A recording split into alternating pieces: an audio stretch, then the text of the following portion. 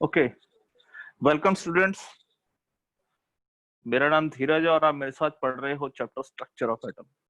आज का लेक्चर बहुत इंपॉर्टेंट है, बहुत इंटरेस्टिंग है और ऑल टुगेदर सब कुछ नया है। ठीक है, बहुत समय तक आपने पिछले 7-8 लेक्चर हो चुके हैं, हमारे 7 लेक्चर हो चुके हैं और उसमें आपने इतिहास ही इतिहास पढ़ा और कुछ हद तक ऐसी बातें पढ़ी थी जो आपको कहीं ना कुछ फेडेड नॉलेज थी। ये तो नहीं बोलूंगा सारी नॉलेज थी, फेडेड नॉलेज थी। आज हम पढ़ते हैं बिल्कुल नया कंसेप्ट। ठीक है, उसे मॉडल को बोलता है हम क्वांटम मैकेनिकल मॉडल। एक साइंटिस्ट थे हमारे, एर्विन श्रोडिंगर। 1927 में उन्होंने जो वेव, ये तो बात अब तक समझ में आ गई थी ना कि हमारा जो एटम है वो एक वेव की तरह बिहेव करता है। उसने वेव को स्टडी करना शुरू किया और वो उसने ये सजेस्ट किया कि जो न्यूक्लियस के चारों तरफ ये न्यूक्लियस अगर है तो इलेक्ट्रॉन ऐसे 2 डायमेंशन में नहीं चलता है, 3 डायमेंशन में चलता है। 3 डायमेंशन का मतलब समझो, जैसे कि ये अगर न्यूक्लियस है तो इसके चारों तरफ एक सर्कल बना दो, सर्कल, रिंग। तो रिंग, अभी तक ये थ्योरी चल रही थी कि इस रिंग के चारों तरफ, रिंग की डायरेक्शन में ही इलेक्ट्रॉन चल रहा है।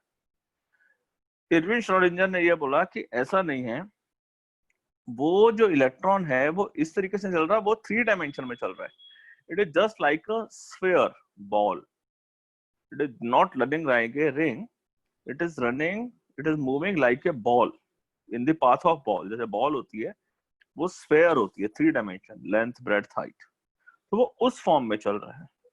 उसको करने के लिए उसने क्या किया, एक इक्वेशन, एक मॉडल दिया। ये क्या लिखा हुआ है, ये डेल्टा लिखा हुआ है। जैसे आप डिफरेंशिएट करते थे तो आपको क्या बोलते थे, dy बाई डी एक्स, ऐसे है ना, dx बाई डी टी, ऐसे है ना। यहां पर भी ये वही है, इसे भी डेल्टा ही बोलेंगे, डेल्टा स्क्वायर साई। अब ये साई क्या था, ये वेव का एम्पलीट्यूड है, ये वेव का एम्पलीट्यूड है। देखो मैं बताऊं, ये केवल आपको इक्वेशन केवल जाननी है, डिराइव कैसे हुई और इसके पीछे की और क्या कहानी है, कुछ आपको स्टडी नहीं करना है। एनसीईआरटी में भी थोड़ी बहुत इंफॉर्मेशन है और वो भी कट चुकी है। ठीक है, कि बस वो ये है कि आपको इन्फॉर्मेशन होनी चाहिए कि हाँ ये ऐसा कुछ है। ठीक है, क्योंकि इतने छोटे समय के अंदर इतनी इस इक्वेशन को समझा नहीं सकते। फिर दूसरी बात जो है, ये जो मैथमेटिकल मॉडल है, जो ये वाली मैथमेटिक्स है, वो भी आपने करी ही नहीं है। ये जो क्या लिखा हुआ है, पहले मैं आपको इस ये बता देता हूँ मैं क्या लिखा हुआ है। ठीक है, देखो, जैसे आप मेरे को बताओ कि वेलोसिटी क्या होती थी। वेलोसिटी होता था dx बाई dt। फिर एक्सेलरेशन क्या होता था, dv by dt। dv by dt को कैसे लिखते थे, d by dt into v, v मतलब dx बाई dt। तो इसको कैसे लिखते थे, इसको हम लिखते थे D square X by D T square. ठीक है, ये कुछ ऐसी ही टर्म लिखी हुई है। ओके, डी स्क्वायर यहाँ पर साई है, by D delta X square. Now अब अगर ये वेव जो चलती है ऐसे, तो इसका जो एम्पलीट्यूड है, एम्पलीट्यूड है साई। ठीक है, और ये वेव 3 डायमेंशन में चल रही है, एक्स एक्सिस में, वाई एक्सिस में और जेड एक्सिस में। जो एक्सेलरेशन आपने पढ़ा है अभी आपने, उसमें हमने क्या किया था कि x डिस्प्लेसमेंट फंक्शन है, उसको डबल डिफरेंशिएट किया है। एक बार x को डिफरेंशिएट किया तो वेलोसिटी आई, उसको फिर दोबारा डिफरेंशिएट किया तो एक्सेलरेशन आया। ठीक है, तो एक किस्म से डिस्प्लेसमेंट फंक्शन को डबल डिफरेंशिएट किया है विद रिस्पेक्ट टू टाइम। यहां पर क्या किया है, साई फंक्शन मतलब वेव के एम्पलीट्यूड को डिफरेंशिएट किया है विद रिस्पेक्ट टू एक्स, 2 बार। पहले डिफरेंशिएट, फिर एक और बार डिफरेंशिएट, फिर उसके बाद with respect to Y axis differentiate किया 2 बार, फिर उसी को ही विद रिस्पेक्ट टू, सॉरी ये जेड एक्सिस होगा ना, with respect to Z axis किया 2 बार। ठीक है, प्लस एक कांस्टेंट लगाया अपना, 8 pi square mass of particle h Planck constant E minus v into psi, और टोटल मिलाकर इसको बोला गया 0। E क्या है? टोटल एनर्जी, v है पोटेंशियल एनर्जी, साई जो है एम्पलीट्यूड है आपका ऑफ द वेव। क्लियर?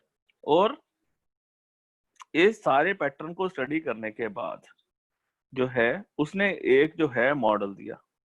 इस पूरी बात को एक छोटे से शॉर्ट में लिख दिया गया इस तरीके से, ये H psi is equals to E psi, और इसके ऊपर एक कैप लगा दिया। नाउ असली में ये है क्या चीज? देखो, जैसे मैं एक एग्जांपल बताता हूं।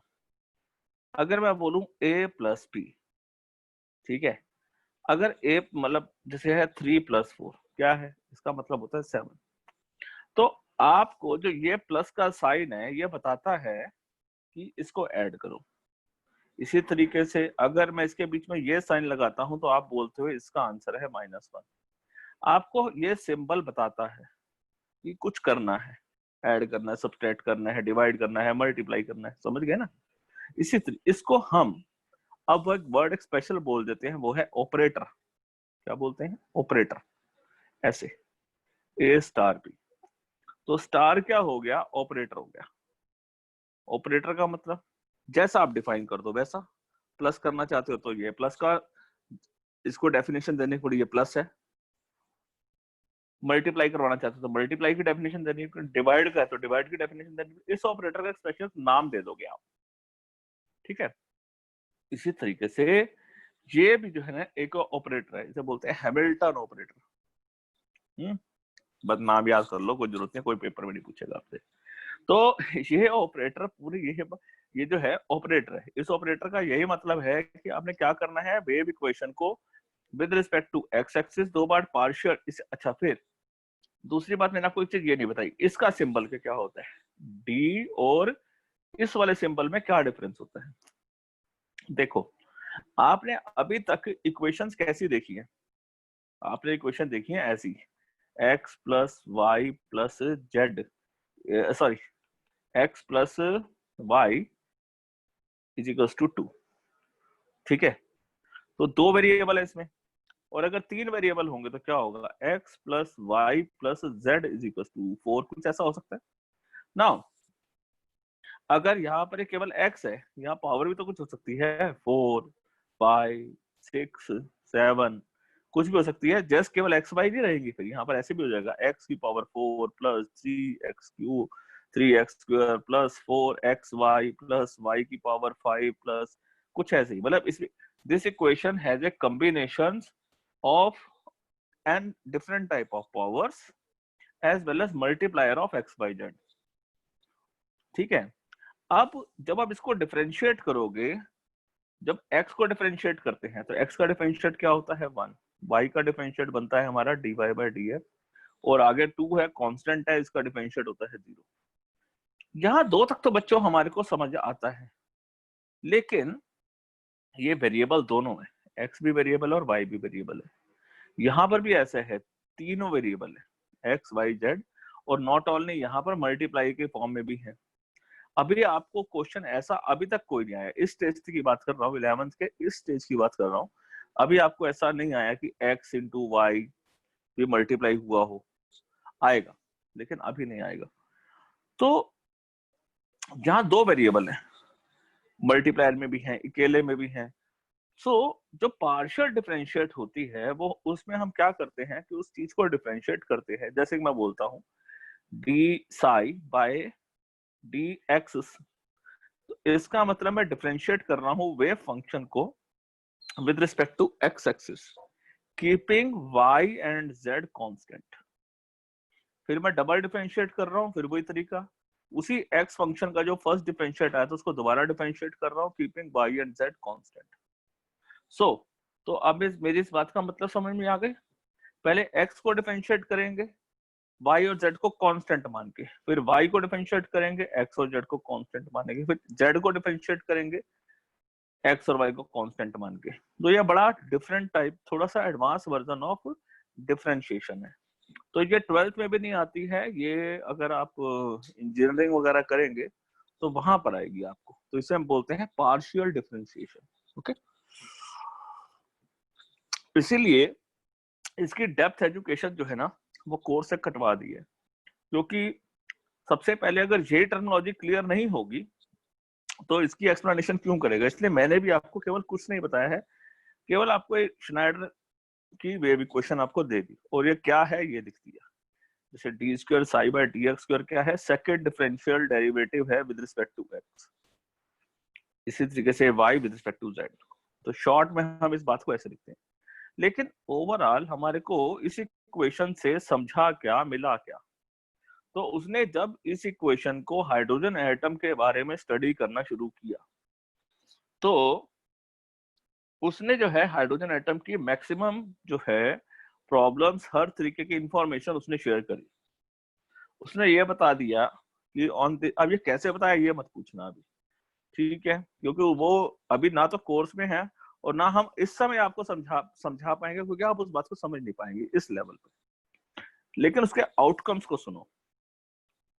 उसने इस तरीके से कैलकुलेट करके सभी पॉसिबल एनर्जी लेवल्स के बारे में उसने बता दिया कि इलेक्ट्रॉन जो है वो किस एनर्जी लेवल में हो सकता है और कहां कहां जा सकता है। इस energy level, the value of energy, इसका क्या बोला गया, ई इन वैल्यूज, ठीक है, ई इन फंक्शन, ठीक है, ये ई इन function. So these energy values are called Ein functions. Now, the wave function are corresponding. अब जो wave function है वो क्या है, हर एक का अपना एनर्जी स्टेट बताता है। अब वो कहता है जो एनर्जी है उसकी इंफॉर्मेशन बताने के लिए केवल एनर्जी ही नहीं, मेरे को 3 चीजों की जरूरत पड़ेगी। उसने उसको बोला गया जो 3 इंफॉर्मेशन की जरूरत पड़ेगी, सब बोले 3 क्वांटम नंबर्स। पहला प्रिंसिपल क्वांटम नंबर जिसे n से लिखेंगे, azimuthal quantum number जिसे L से लिखेंगे, और मैग्नेटिक क्वांटम नंबर जिसे M से लिखेंगे। ये जो हैं these number arises as a natural consequences of the solution। जब हमने श्रोडिंगर की जो इक्वेशन सॉल्व करी तो हमारे को जो है ये वाली टर्म्स जो है वो साफ साफ दिखाई देनी शुरू हो गई, ठीक है। और उस तरीके से उसके मैकेनिक मॉडल में हाइड्रोजन एटम को बहुत ही हर तरीके से उसको हर तरीके से समझा दिया, उसके स्पेक्ट्रम को, वो किस लेवल तक। अब देखो अभी तक हमको नहीं समझ में आता था कि इलेक्ट्रॉन जो है वो एक हाइड्रोजन जो है उसका एक इलेक्ट्रॉन है, एक ही पहले ऑर्बिट में घूमेगा, लेकिन वो जंप करता था। याद करो बड़े सारे लेवल्स में हमने किया था, N1 N2 N3 N4, बहुत न्यूमेरिकल्स किए थे, प्रैक्टिकल न्यूमेरिकल्स थे वो। तो वो अब जो है हम इसको प्रॉपरली एक्सप्लेन कर पाए। Schrodinger wave equation can't solve exactly for the multiple electrons, but approximately method उसने बता दिया, और वो काफी हद तक वो रीजनेबल एक्यूरेसी तक है, ठीक है। नाउ अब फिजिकल सिग्निफिकेंस का मतलब क्या हुआ, कि कहना क्या चाहते हो, है ना। जो जैसे मैं बोलता हूँ कि भाई सिंपल भाषा में समझाओ, बोलना क्या चाहते हो, इतनी से आपने बातें तो ऐसे कर ली, ये करते हैं वो करते हैं। तो कहना ये चाहते हैं भैया कि जो साई होता है, साई, ये जो हमने साई बोला है, ये वेव का एम्पलीट्यूड है, एम्पलीट्यूड।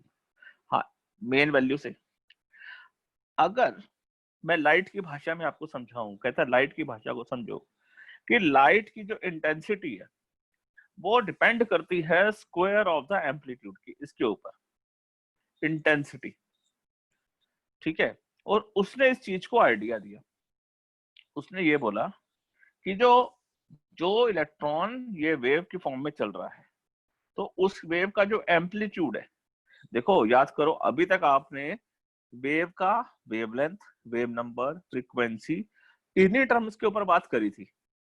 एम्पलीट्यूड के ऊपर किसी का ध्यान ही नहीं गया था। ये आइडिया आया कि भाई अगर लाइट के केस में भी अगर मैं वेव की एम्पलीट्यूड बढ़ा देता हूं तो लाइट की इंटेंसिटी स्क्वायर बढ़ जाती है। इंटेंसिटी जो होती है वो प्रोपोर्शनल टू एम्पलीट्यूड का स्क्वायर होती है। एम्पलीट्यूड, समझ गया मेरी बात को। तो अब इस आइडिया से उसने कनेक्ट किया कि इलेक्ट्रॉन्स की जो है वो उसके इलेक्ट्रॉन्स के भी जो मिलने की जो प्रोबेबिलिटी है, क्योंकि अभी हम बात कर रहे थे हाइजेंसबर्ग अनसर्टेनिटी प्रिंसिपल में क्या था कि इलेक्ट्रॉन्स की पोजीशन जो है वो आइडेंटिफाई मिलने बहुत मुश्किल है। लेकिन अब इस मॉडल से ये समझ में आना कि इलेक्ट्रॉन्स के मिलने की प्रोबेबिलिटी कहाँ पर है। तो प्रोबेबिलिटी डिपेंड करेगी उसके स्क्वायर ऑफ द एम्पलीट्यूड के ऊपर, और इसी प्रोबेबिलिटी है, वर्ड क्या है, प्रोबेबिलिटी। प्रोबेबिलिटी मतलब चांस, कितने परसेंट चांस है, मिलेगा नहीं मिलेगा ये बात नहीं करी है हमने आपसे, 100% मिलेगा नहीं मिलेगा, प्रोबेबिलिटी की बात कर रहे हैं। लेकिन चांस जो है वो डिपेंड करता है एम्पलीट्यूड के ऊपर। जितना ज्यादा एम्पलीट्यूड होगा उतने ही ज्यादा चांस होंगे इलेक्ट्रॉन्स के मिलने के। तो इसीलिए ऐसे एम्पलीट्यूड को हमने नाम दे दिया प्रोबेबल एम्पलीट्यूड। ठीक है, तो जब आप इस नोट्स को पढ़ोगे ना बेटा आराम से, तो तुमको समझ में आ जाएगा इन नोट्स की क्या पावर है, इतने छोटे के अंदर हमने कितनी बात लिखी हुई है। ठीक है, सो चलो आगे बढ़ते हैं। Energy of an electron in an atom. Schneider की वेव इक्वेशन के हिसाब से एनर्जी जो है वो क्या आया, 2 pi square mass of electron, electron की power 4 upon N square into H square. ये बिल्कुल वही था जो बोहर इक्वेशन ने भी दिया था, है ना, 131312 अपॉन एन स्क्वायर जूल पर मोल या 2.18 जूल पर एटम, बिल्कुल ये वही वैल्यू थी। तो मतलब कि वेव इक्वेशन जो है वो सही चल रही थी, क्योंकि बोहर के तरीके से जो अभी तक हम सॉल्व करते आए थे, तो श्नाइडर की इक्वेशन से भी ये वैल्यूज वही आई ना। तो अभी तक अब क्वांटम मैकेनिकल मॉडल के अनुसार क्या मॉडल बनता है, कहता है energy of an electron atom की हमेशा क्या होती है, क्वांटाइज्ड, मतलब कि मेजरेबल। ठीक है, हर इलेक्ट्रॉन जो है वो अपने एक स्पेसिफिक वैल्यू के ऊपर ही जहां पर भी चलता है उसकी एक स्पेसिफिक वैल्यू जरूर होती है। ठीक है, और it is directly proportional to wave like property. जो एनर्जी है वो कहीं ना कहीं उसकी वेव लाइक प्रॉपर्टीज को ही फॉलो कर रही थी, जो श्नाइडर की इक्वेशन के हिसाब से आई थी। उसने बहुत हद तक प्रोबेबल रीजन दे दिया था। प्रोबेबल रीजन मतलब कि कहाँ इलेक्ट्रॉन होने के चांस हैं, वो दायरा, वो रीजन, वो स्पेस जहां पर इलेक्ट्रॉन होने के चांस हैं, उस उस रीजन का नाम बोला गया ऑर्बिटल। क्या वर्ड बोला गया, ऑर्बिटल। अभी तक क्या चल रहा था, हम क्या बोल रहे थे, इलेक्ट्रॉन कैसे घूम रहा है ऑर्बिट में, अब ये क्या है, ऑर्बिटल। ठीक है, orbital is the 3 dimensional shape, orbit is the 2 dimensional shape, मतलब जिसमें लेंथ और ब्रेड्थ है, it's just like a circle. लेकिन ऑर्बिटल क्या होगा, it is a sphere, ball, चारों तरफ। सो एटॉमिक ऑर्बिटल जो है उसको हम वेव फंक्शन के हिसाब से हम डिफाइन कर सकते थे। अब बहुत सारे वेव फंक्शन पॉसिबल थे इलेक्ट्रॉन्स के, एटम्स के। सो हर और इलेक्ट्रॉन की अपनी एक डेफिनेट एनर्जी होती है। इसका मतलब अगर वो सारी इंफॉर्मेशन अगर हमारे को मिल जाए, तो हमारे को इलेक्ट्रॉन्स की वेव फंक्शन, पोजीशन, शेप्स, वो कहाँ पर घूम रहा है, कहाँ मिलने के चांस है, हमको ये सारा मालूम चल सकता है। ठीक है, और अगर इलेक्ट्रॉन की जो वेव चल रही है, अगर वेव का साई मतलब एम्पलीट्यूड का स्क्वायर, यहाँ पर क्या लिखा हुआ है, मॉडुलस का स्क्वायर। मॉडुलस इसलिए लिखा गया बच्चों क्योंकि इलेक्ट्रॉन वेव ऐसे चल रही है। तो आप बोलोगे सर ये पॉजिटिव है तो ये नेगेटिव है, ऊपर पॉजिटिव नीचे नेगेटिव, नेगेटिव हुआ मतलब चांस कम हो गए, नेगेटिव प्रोबेबिलिटी हो गई। पर स्क्वायर कर दोगे फिर तो पॉजिटिव हो जाएगी। लेकिन स्क्वायर भी कब करना है, पहले मॉड करना है, मतलब इट डज नॉट मीन कि यहाँ पर वैल्यू नहीं है। ठीक है, सो तो साई स्क्वायर जो है वो प्रोबेबिलिटी डेंसिटी बताती है, और वो ऑलवेज पॉजिटिव होती है। जो ये मैं आपको ये सारी ये 5-6 टर्म्स बता रहा हूँ ना बच्चों, इसको बहुत अच्छे से ध्यान से रिटेन करके रखना, इसे लर्न करना, हमेशा इसे लर्न करना स्पेसिफिक को। ठीक है, इसको लर्न नहीं करोगे चलेगा, क्लियर। फिजिकल सिग्निफिकेंस अच्छे से रीड होना चाहिए, अच्छे से रीड, बढ़िया वाला, यहां तक भी अच्छे से रीड, कोई ठीक है, यहाँ तक भी अच्छे से रीड, कोई दिक्कत नहीं है, कुछ लर्न नहीं करना इसमें। ठीक है, तो ये मैं आपको बता रहा हूँ कि इनको अच्छे से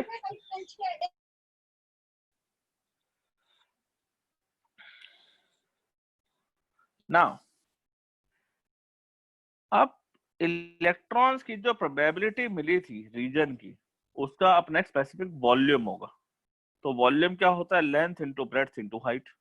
अब है ना, हमने इसे dx dy dz लिया क्योंकि उसकी शेप पता नहीं कैसी होगी, तो हमने क्या कर लिया, एक छोटा सा उसका टुकड़ा पकड़ लिया, उसके अंदर का जैसे छोटा सा टुकड़ा, जैसे हमने बोल दिया ये dx लेंथ है, इसकी dx ब्रेड्थ है और dx हाइट, dz हाइट है, तो d भी उसका छोटा सा वॉल्यूम हो गया।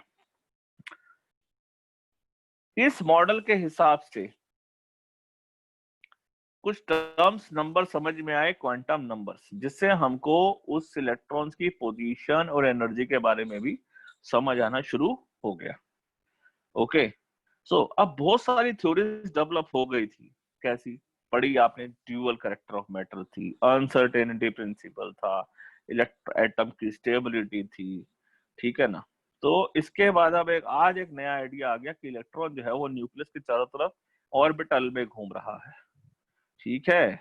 तो ऑर्बिटल क्या है? वो स्पेस है जहां पर इलेक्ट्रॉन्स के मिलने की प्रोबेबिलिटी जो है वो बहुत ज्यादा है, 90 to 95% मैक्सिमम प्रोबेबिलिटी है। तो ऑर्बिटल क्या हुआ? This is orbit, it is a circular path. लेकिन ऑर्बिटल क्या हुआ? इट इज जैसे क्लाउड, बादल। बादल समझते हैं? Please turn off your mic, जिसका भी माइक ऑन है, ऑन है।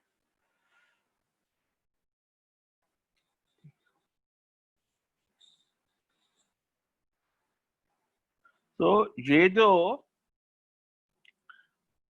ऑर्बिटल क्या है? It is just like A cloud, बादल समझते हो ना, धुएं का गुब्बारा, it is just like that, ठीक है। तो अब डिफरेंस समझ में आ गया कि ऑर्बिट क्या होता है और ऑर्बिटल में क्या डिफरेंस समझ में आ गया। कुछ डेफिनेशन डिफरेंस पढ़ लेते हैं। ऑर्बिट क्या है? वेल डिफाइंड सर्कुलर पाथ है, केवल जहां पर इलेक्ट्रॉन गोल गोल घूमता है। लेकिन यहाँ पर क्या है? ये न्यूक्लियस के पास वो दायरा है जहां पर इलेक्ट्रॉन्स के मिलने की प्रोबेबिलिटी मैक्सिमम है। ये प्लेनर स्ट्रक्चर है। प्लेनर मतलब ये जैसे आपके सामने स्क्रीन है, ये प्लेन है, तो इसका ये प्लेनर स्ट्रक्चर है, मतलब बिल्कुल इसी के अंदर ही आ जाएगा। लेकिन ये 3 डायमेंशनल स्ट्रक्चर है, ये इसको मैं प्लेन ऑफ पेपर पे नहीं बना सकता। इसका एक डेफिनेट पाथ है, स्पेसिफिक पाथ है, ठीक है। लेकिन इसका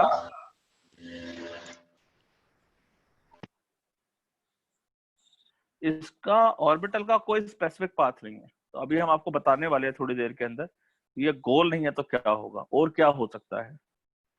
सभी ऑर्बिटल सर्कुलर है, लेकिन यहाँ पर ऑर्बिट सर्कुलर है, लेकिन ऑर्बिटल सर्कुलर नहीं है, इनकी सबकी अलग अलग शेप्स है। इसका नाम है शेप का SPDF। अभी फुल फॉर्म भी बताते हैं, थोड़ा सा पेशेंस रखो, इतने दिन तक पेशेंस रखा है तो। ऑर्बिटल की कोई डायरेक्शनल कैरेक्टरिस्टिक्स नहीं है, मतलब डायरेक्शन का मतलब ये नहीं मालूम चल रहा कि इलेक्ट्रॉन ऐसे घूम रहा है या ऐसे घूम रहा है, क्लॉकवाइज या एंटी क्लॉकवाइज कैसे। लेकिन ऑर्बिटल में डायरेक्शनल कैरेक्टरिस्टिक्स भी है, पोजीशन भी है, कहां पर है, एक्स एक्सिस में कहां पर, वाई एक्सिस में कहां पर, ये भी बताएंगे हम आपको। ऑर्बिटर में एक इलेक्ट्रॉन जो है वो 2n², याद है बोहर ने एक फॉर्मूला दिया 2n², किसी भी इलेक्ट्रॉन जो है एक एनर्जी लेवल में 2n² के फॉर्मूले से चलेगा। जैसे के शेल में था 2 × 1 का स्क्वायर, तो 2 एल में क्या था 2 × n का स्क्वायर, मतलब 2 × 2 का स्क्वायर, इट इज 8। ऐसे ही m के अंदर क्या था 2 × 3 का स्क्वायर इज 18, तो 2 8 18। लेकिन ऑर्बिटल के अंदर जो है एक इलेक्ट्रॉन जो है वो 2 इलेक्ट्रॉन से ज्यादा होल्ड नहीं कर पाएगा। ऑर्बिटल में 2 इलेक्ट्रॉन से ज्यादा वो होल्ड नहीं कर पाएगा, ठीक है बच्चों। तो शुरू करें। तो 4 क्वांटम नंबर हमारे को मिले जो कि पूरी इंफॉर्मेशन देते हैं। 3 तो आपको बताए ना, है ना, लेकिन इसके अलावा 3 कंप्लीट इंफॉर्मेशन नहीं दे रहे थे।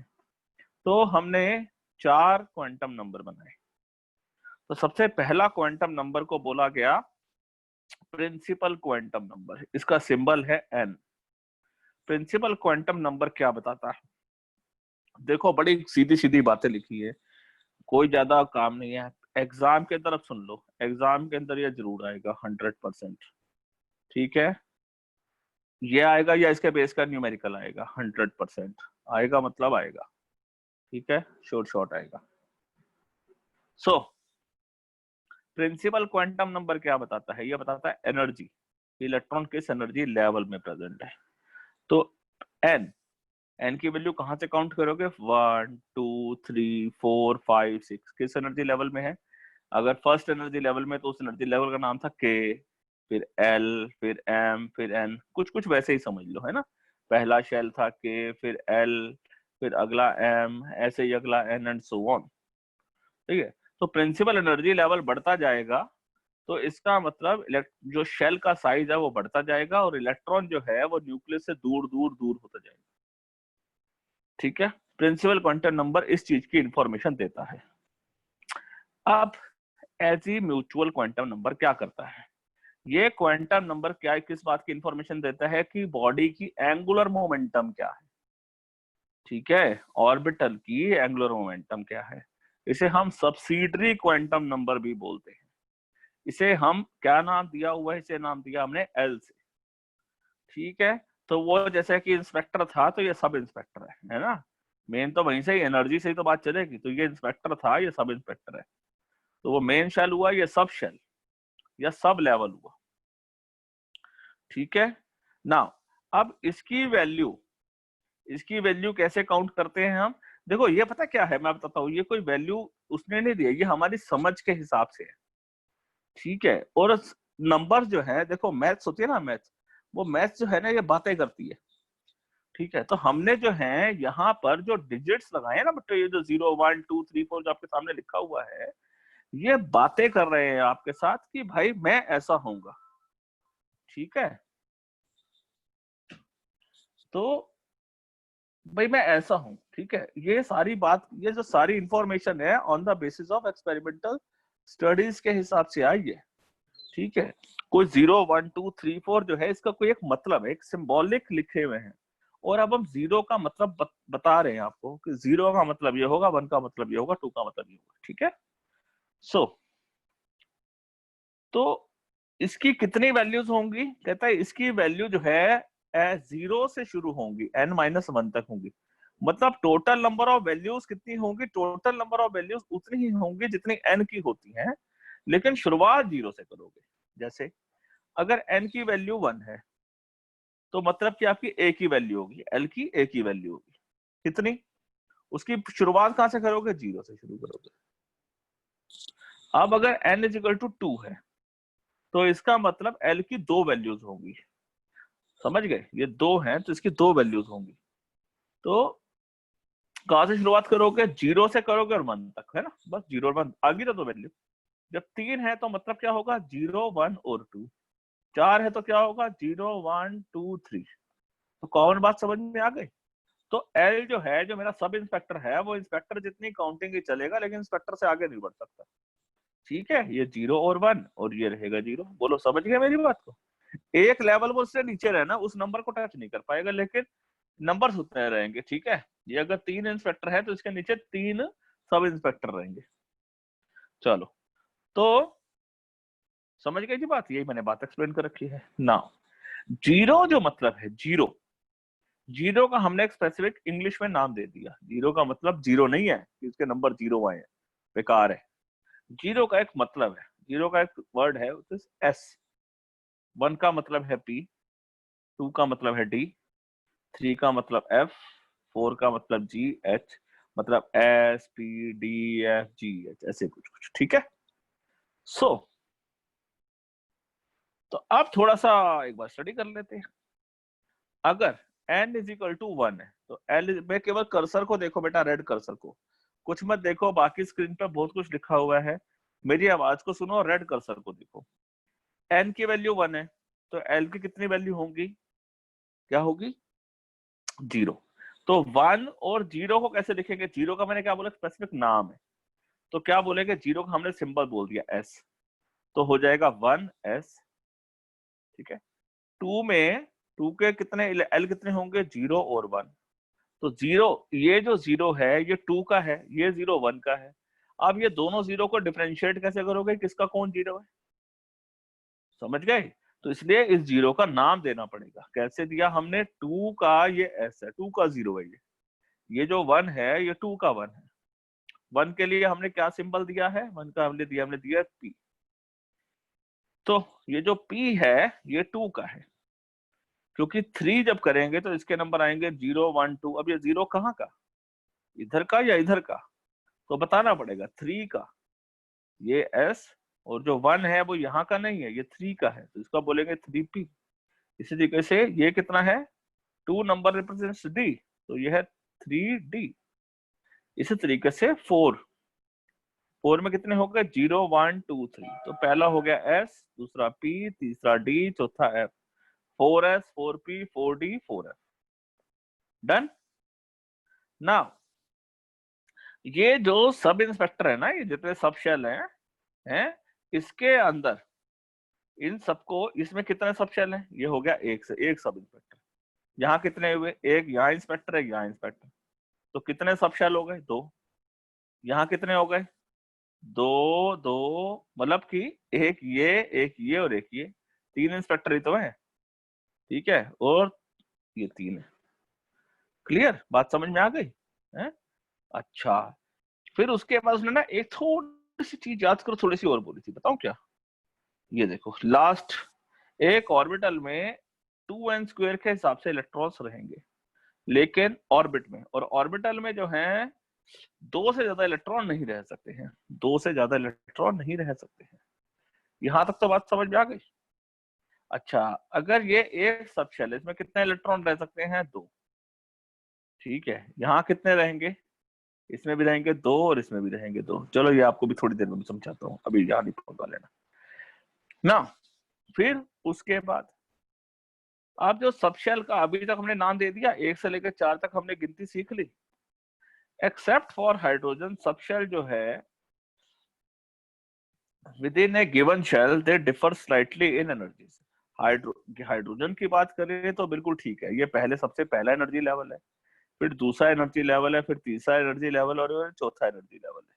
हाइड्रोजन के केस तक तो बेटा ठीक था, लेकिन हाइड्रोजन के जो और एलिमेंट्स आगे थे जिसमें मल्टीपल इलेक्ट्रॉन थे, वहां पर ऐसा ठीक नहीं था। एनर्जी लेवल्स में जो एनर्जी लेवल थी वो इस सीक्वेंस से नहीं चल रही थी।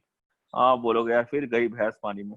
अच्छे खासी 1 2 3 4 की सीक्वेंस समझ में आनी शुरू हुई थी। अब आप कह रहे हो ये भी सक्सेसफुल नहीं है, इसका भी निचोड़ निकालेंगे, डोंट वरी। तो यहाँ पर क्या किया, यहाँ पर उन्होंने देखा कि जो ये सब शेल है, सब शेल, ये जो सब शेल है ना 4S 4P या ये 3S 3P 3D, ठीक है, यहाँ पर ये है कि इसमें एनर्जी, इनकी एनर्जी, इन सबकी एनर्जी सेम नहीं है। ठीक है, जो 0 नंबर है ना, इसकी सबसे कम एनर्जी है, इसके बाद इसकी एनर्जी उससे ज्यादा है, ये और ज्यादा है और ये और ज्यादा है। तो एक मेरे को बात बताओ, हमने आज तक क्या पढ़ा है? इलेक्ट्रॉन जिसकी एनर्जी सबसे कम होगी वो न्यूक्लियस के ज्यादा पास रहता है और ज्यादा स्टेबल रहता है।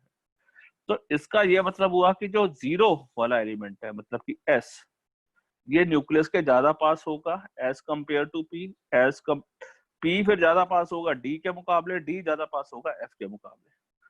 तो अगर ये चारों सबशेल अवेलेबल होंगे, ठीक है, तो न्यूक्लियस के सबसे पहले पास ये वाला शेल, ये वाला ऑर्बिटल होगा, फिर ये होगा, उसके बाद ये होगा, उसके बाद ये होगा और उसके बाद ये होगा। ये इसकी सीक्वेंस होगी। और जैसे जैसे ये हो रहा है, इसका मेन कारण क्या है? इसका एंगुलर क्वांटम नंबर से हमको मालूम चला है कि इसका एंगुलर क्वांटम नंबर भी जो है वो बढ़ता जाएगा। Angular quantum number is given by h/2 pi. Root में क्या है? l l+1। l समझते हो क्या है? अरे यही angular momentum, mutual quantum number का जो आपने पढ़ा, ये l। तो l आप कहाँ डालोगे? आप समझो ना, अभी आपने क्या सीखा है? ये क्या है? h/2 पाई l l+1। तो h/2 पाई रूट में l × l+1। अब आप मेरे को बताओ, l ये इसका 3 है, तो इसका एंगुलर मोमेंटम ज्यादा होगा, इसका उससे कम होगा, इसका और कम होगा, इसका सबसे कम होगा। ठीक है, तो और वही उसके एनर्जी का कारण है।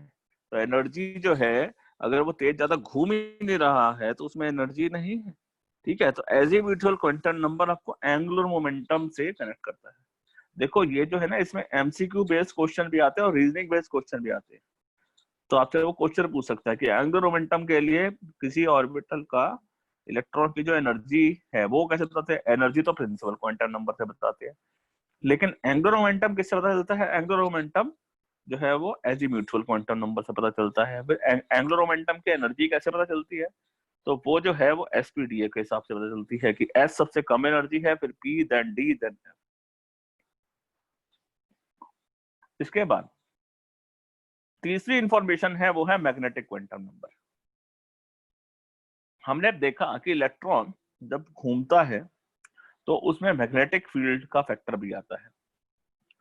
तो जब मैग्नेटिक, क्योंकि उसमें एंगुलर मोमेंटम आ गया है, तो इसकी वजह से उसमें कोई एक मैग्नेटिक फील्ड डेवलप होती है जो अर्थ की मैग्नेटिक फील्ड से इंटरेक्ट करती है। इसकी वजह से इलेक्ट्रॉन अपने आप को ऐसे अलाइन करता है ताकि वो अर्थ की मैग्नेटिक फील्ड के इन्फ्लुएंस से में ना आए। सोचो ना, अर्थ, ये इतनी बड़ी अर्थ है, अर्थ की मैग्नेटिक फील्ड ऐसे ऐसे चल रही होती है ना। अब यहाँ जो पार्टिकल्स हैं, मैग्नेटिक फील्ड तो चारों तरफ है, तो अगर पार्टिकल्स हैं, पार्टिकल्स के अंदर भी मैग्नेटिक फील्ड है, वो वाली फील्ड और ये वाली फील्ड एक दूसरे से इंटरेक्ट करेगी, तो वो अपने आप को ऐसे एडजस्ट करेगा ताकि इलेक्ट्रॉन्स के ऊपर जो पार्टिकल घूम रहा है उसमें ये वाली मैग्नेटिक फील्ड इसके ऊपर कम से कम इम्पैक्ट डाले। तो वो अपने आप को ऐसे पोजीशन पे घुमाएगा, ऐसी पोजीशन उसके एनर्जी के हिसाब से वो ऐसी पोजीशन पे घुमाएगा कि वो कम से कम मैग्नेटिक फील्ड उसके ऊपर इन्फ्लुएंस करे। जैसे कि अब आप कभी कभी होमवर्क नहीं करके जाते हो स्कूल के अंदर, तो कुछ बच्चे तो चलो हाईलाइटेड रहते हैं, टीचर पहले पकड़ लेगी कि भाई दाओ जी आप अपना होमवर्क दिखाओ। लेकिन कुछ जो एवरेज और बिलो एवरेज बच्चे होते हैं, तो वो क्या करते हैं, वो अपने आप को ऐसे छुप कर बैठते हैं कि वो क्लास में तो है लेकिन टीचर की नजरों में दिखाई ना दे वो, है ना, बात समझ गए। तो वो समझते हैं कि टीचर उनको देख नहीं पाएगी, और टीचर देख नहीं पाएगी तो मतलब वो पकड़ ही नहीं पाएगी। लेकिन टीचर को भी पता है कि जो नहीं दिख रहा है ना, और वो है तो सही, लेकिन वो दिख तो नहीं रहा है, तो इसलिए वो इस तरीके से पकड़ लेती है आपको कि भाई लाओ तुम दिखाओ। तुम सोच रहे अच्छा खासा छुप रहा था, पता नहीं, तो अपने दोस्त को बोलते रहे तूने बता दिया। तो ऐसा नहीं होता है। तो आप अपने आप को तो कैसे करते हो, ऐसे इन्फ्लुएंस में रखते हो कि टीचर की नजर ना पड़े। सेम बिहेवियर ऐसा हो गया, या आप पूरे स्कूल में अगर मान लो चलोगे, मूव करोगे, तो आप ऐसे इस रूट से मूव करोगे कि वो रास्ते में वो वाली टीचर या वो एक टीचर, दो टीचर या पांच टीचर रास्ते में ना मिले।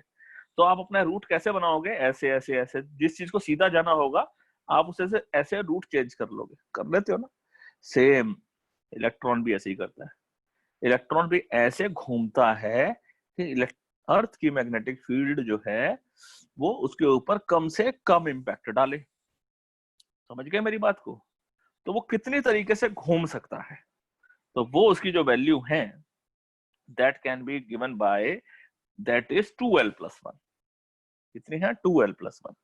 देखो n की वैल्यू मालूम चल गई, n की वैल्यू मालूम से l मालूम चला, और l से मैग्नेटिक m मालूम चलेगा, और इसे कितनी वैल्यू होंगी, 2l+1। ठीक है, इतनी पॉसिबल वैल्यूज होंगी। जैसे कि अगर l की वैल्यू अगर 0 है, तो क्या मैंने बोला है, 2l+1, 2l+1, तो 2 × 0+1, l की वैल्यू यहाँ पर 0 है ना, तो कितना होगा, 2 × 0+1 इज 2, 2 × 0+1, तो मतलब a की वैल्यू होगी, a की 2 × l+1। अगर l की वैल्यू 0 है तो 0+1 तो कितना हुआ, 1, तो a की पॉसिबल वैल्यू होगी। ठीक है, जब l की वैल्यू 1 है तो क्या होगा, 2 × l+1, तो कितना होगा, 2+1 = 3, तो 3 वैल्यूज होंगी। अब इसकी वैल्यू कैसे बोली जाएगी, तो मैं बताता हूँ। इसकी वैल्यू काउंटिंग करोगे, 0 से शुरू करोगे, 0 के राइट भी जाओगे, 0 के लेफ्ट भी जाओगे। जैसे अगर मान लो 3 वैल्यूज हैं, तो राइट में +1, लेफ्ट में -1।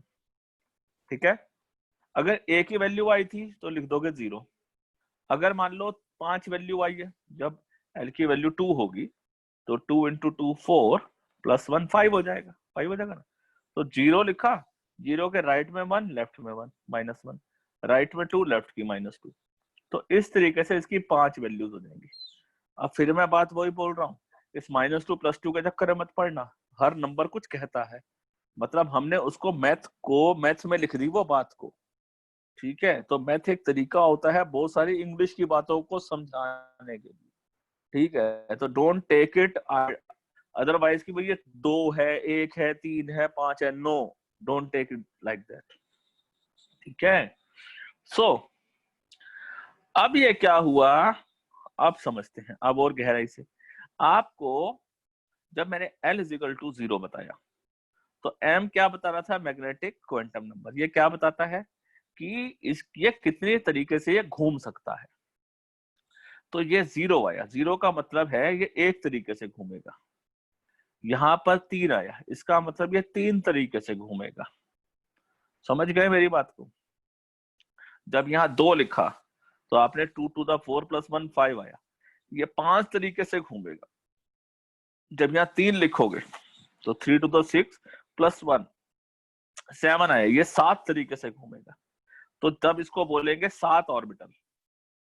ठीक है, यहां पर क्या बोलेंगे 5 ऑर्बिटल, यहां पर क्या बोलेंगे 3 ऑर्बिटल, और यहां पर क्या बोलेंगे 1 ऑर्बिटल।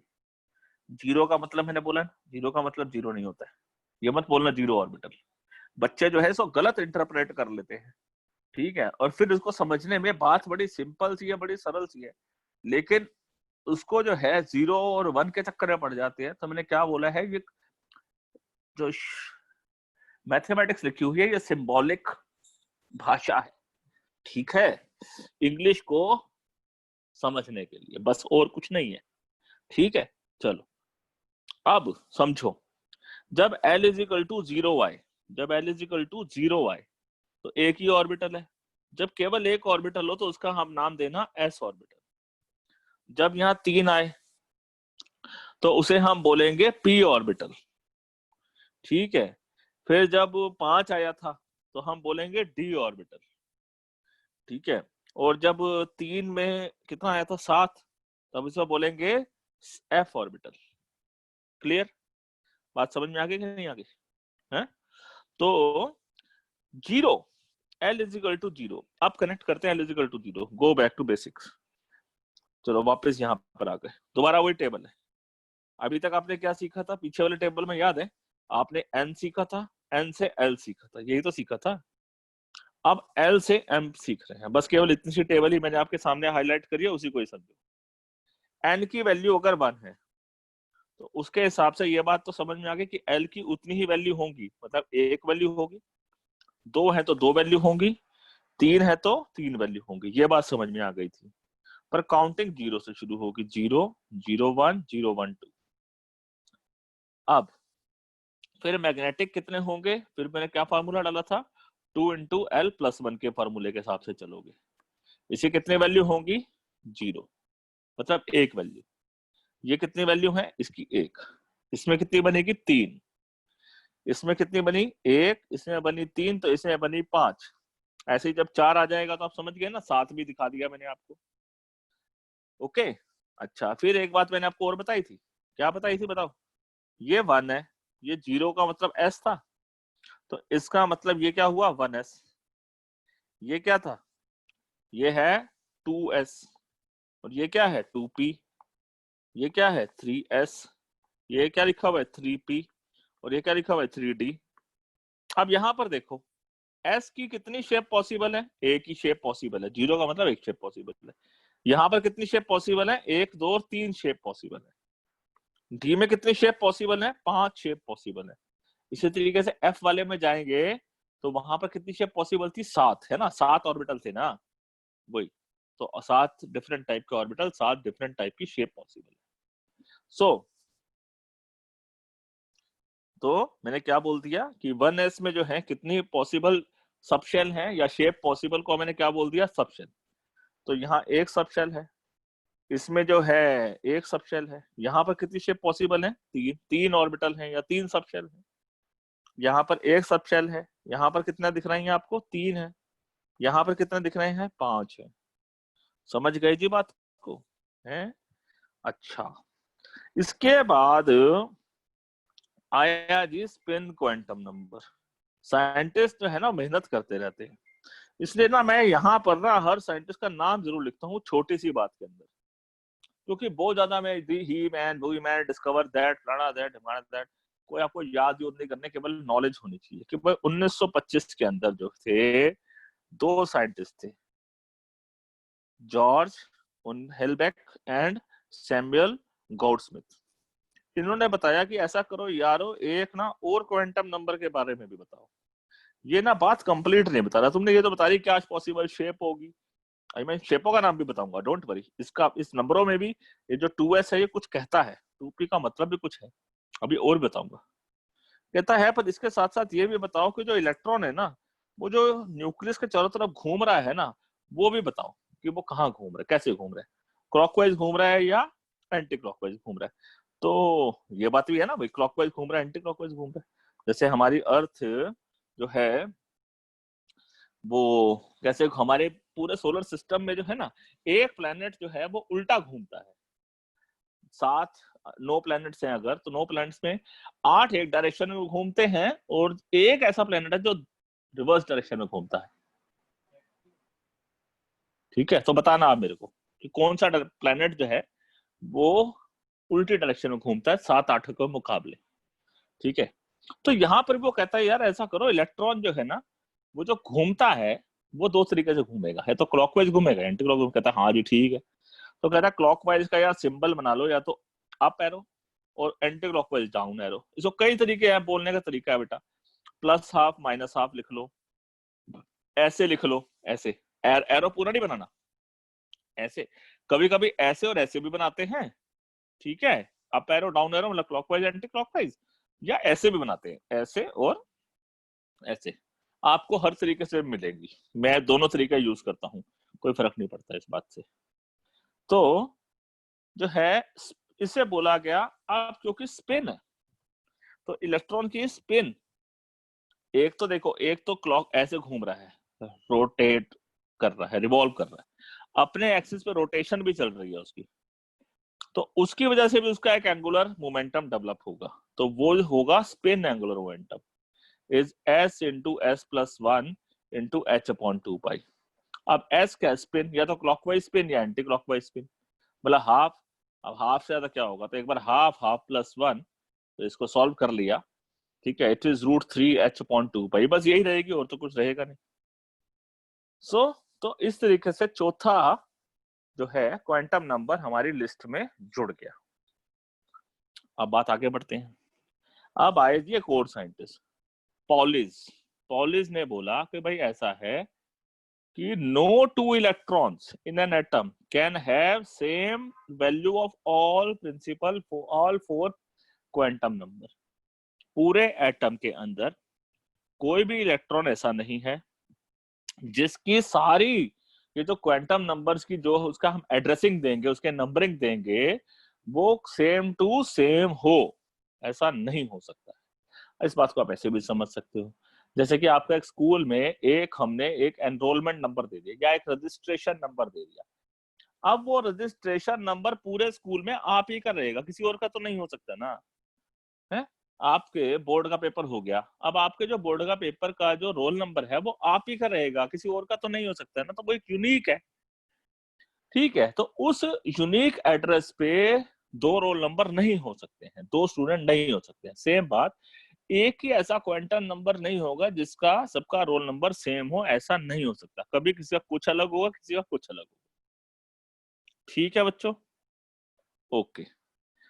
अब उसने ऑर्बिटल में, याद करो एक बात मैंने क्या बताई थी कि उसके अंदर कितने इलेक्ट्रॉन रह सकते हैं, एक ऑर्बिटल में 2 से ज्यादा इलेक्ट्रॉन नहीं रह सकते हैं। चलो यहाँ पर फिर दोबारा देखते हैं, इस शेल को देखो, तो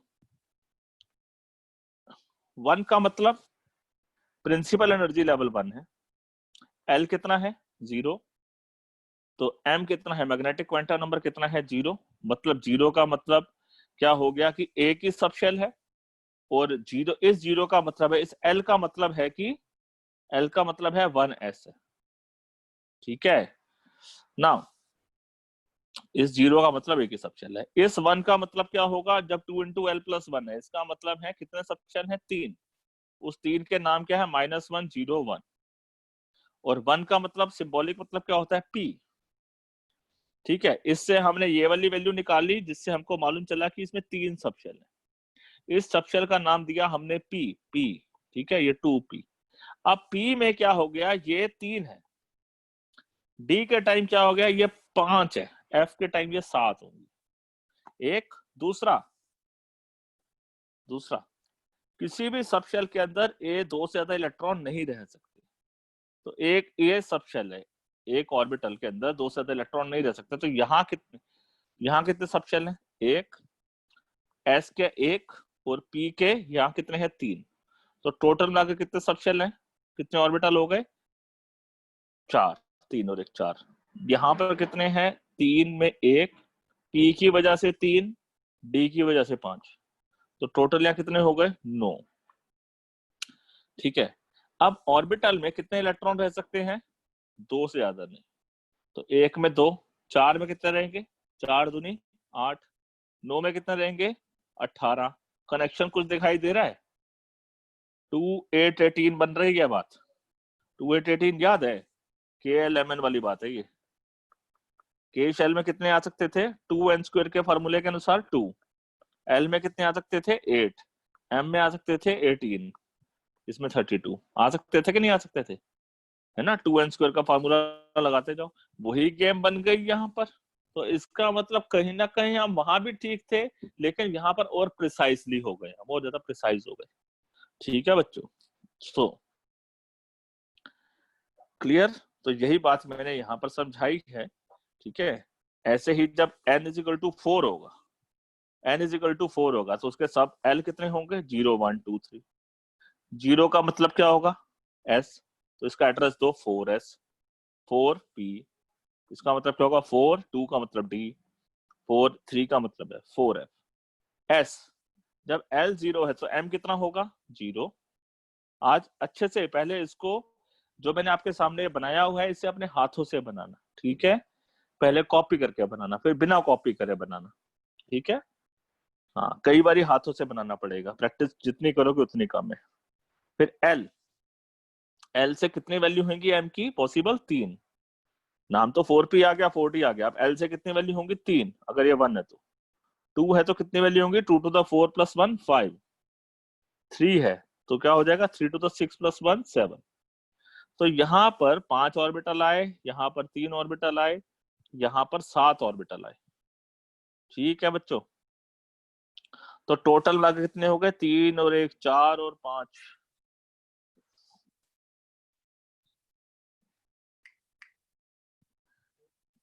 तीन और 1 4, 4 और 5 8, 8 और 7, सॉरी 7 और 5 12, 12 और 3 15 और 1 16, तो ये 16 ऑर्बिटल है।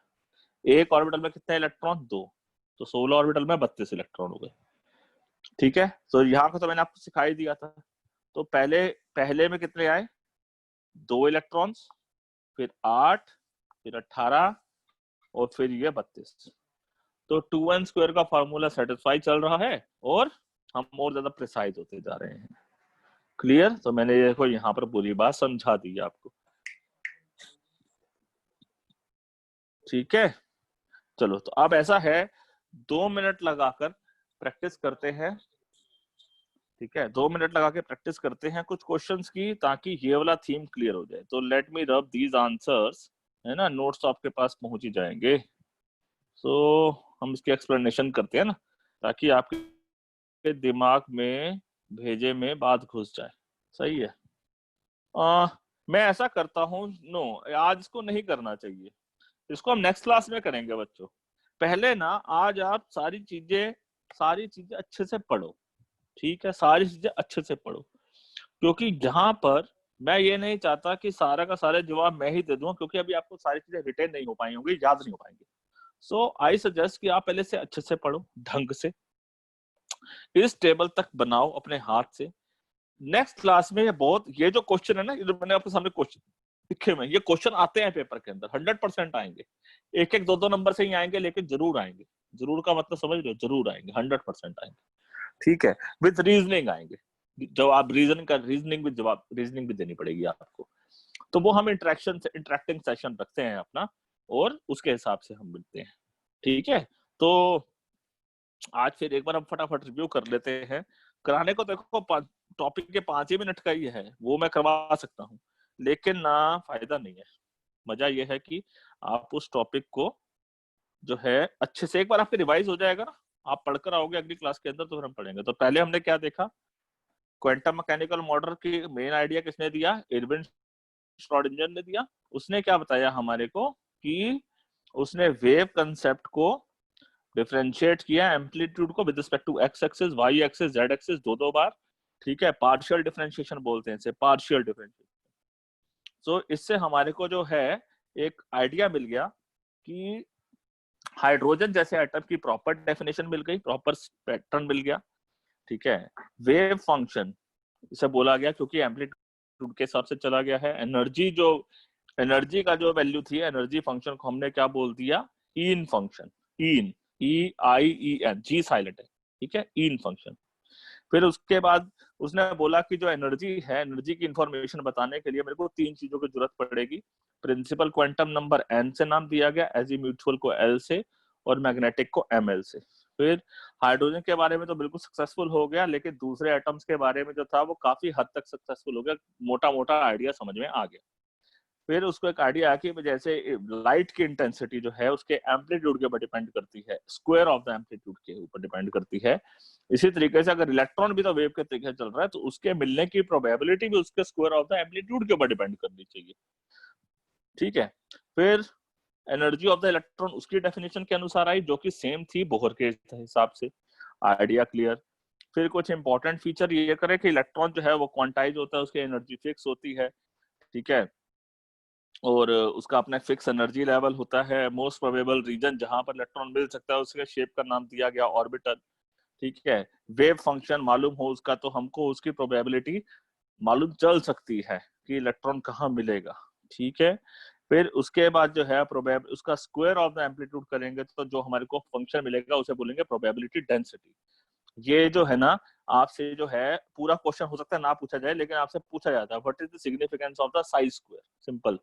तो आपको जो है इतनी सी बात लिखनी पड़ती है वहां पर, ठीक है।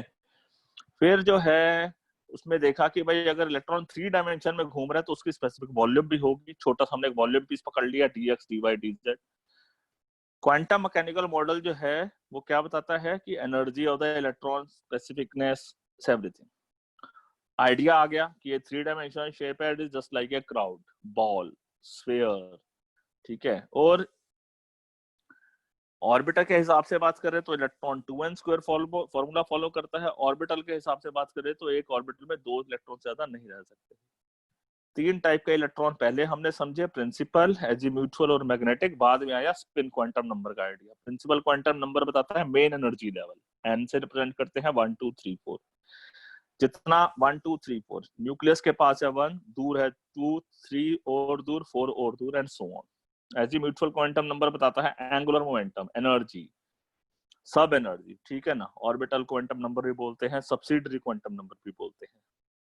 इसकी काउंटिंग कैसे चलती है, अगर n 1 है तो उसके हिसाब से l है 0 1 0 1 2 3 एंड सो ऑन। वैल्यू उतनी ही रहेगी जितनी l n की है। और 0 का मतलब क्या होगा, s, 1 का मतलब p, 2 का मतलब d, f। ऐसे मैंने देखो g और s तो मैंने आपको बताया ही नहीं, ठीक है। हम आप s p d f तक ही रुक गए तो मोटा हमारा बहुत हद तक काम अभी यहीं पे ही हो जाएगा, ये बहुत आगे तक की बात चली गई। फिर हमने आपको इसको शेल बनाकर दिखाया कि n का मतलब 1 है तो l इज इक्वल टू 0, तो it is 1s 2s 2p 3s 3p 3d and so on, ठीक है। फिर हमने समझा कि एसपीडीएफ के अंदर भी तो देखे तो एफ में सबसे ज्यादा एनर्जी है, फिर उससे कम एनर्जी डी में है, उससे कम एनर्जी पी में और उससे कम एनर्जी एस में। एंगुलर मोमेंटम अगर निकालना हो तो can be obtained by this value. जो भी एल की वैल्यू है सब्स्टिट्यूट करो, you can find the angular momentum. Magnetic quantum number जो है डायरेक्शनल कैरेक्टरिस्टिक्स बताता है कि ऑर्बिट किस डायरेक्शन में घूमेगा। नेक्स्ट क्लास में हम स्टडी करेंगे कि इलेक्ट्रॉन ऐसे घूमता है, कैसे घूमता है, कैसे, वो सारी चीजें हम स्टडी करेंगे नेक्स्ट क्लास के अंदर, ठीक है। तो अब यहाँ पर जो है P है, मैं अभी आज मैंने आपको PX PY PZ नहीं बताया है, ठीक है, तो मैं आपको इसको नेक्स्ट क्लास में बताऊंगा। आज मैं इस टॉपिक को यहाँ पर भी उठाना नहीं चाहता कि इसे XYZ क्यों बोला गया, ठीक है। इसे अगली क्लास में बताऊंगा ना, तभी समझ में आएगा। तो कहीं आप बोलोगे सर यहाँ ये तो आपने बताया ही नहीं, जल्दी जल्दी भागते हो सर आप, ऐसा नहीं है। और जल्दी भागना हो तो चैप्टर 5 लेक्चर में भी खत्म कर सकता हूँ, आई हैव द कैपेबिलिटी। फिर L इज इक्वल टू 2 में हमने देखा कि भाई D हमारे पास जो मैग्नेटिक क्वांटम नंबर कितने आए, 5 आए, ठीक है। और फिर हमने फिर एक बार दोबारा टेबल बनाई उसको, और पहले हमने N L बनाई थी, अब उससे M भी बना दी, और हमने फिर उसका नाम भी देने सीखे, और उसमें देखा कि ये टोटल मिलाकर इसमें सब शेल है कितने। काउंटिंग असली में यही सही हो जाती है, यही काउंटिंग लिखी हुई है। स्पिन क्वांटम नंबर में एक और आइडिया मिला कि इलेक्ट्रॉन जो है वो घूम रहा है और उसमें स्पिनिंग, अपने एक्सिस पे भी घूम रहा है, तो दो ही एक्सिस होंगी, या तो क्लॉकवाइज या तो एंटी क्लॉकवाइज। तो इसे बोलेंगे स्पिन क्वांटम नंबर, ठीक है। इसके अपना एंगुलर मोमेंटम भी होता है, that is given bye s+1 into h/2π। It is a fix value, क्योंकि यहाँ हाफ और हाफ से ऊपर तो कोई वैल्यू हो ही नहीं सकती, it is a fix value, तो ये याद रख लेना।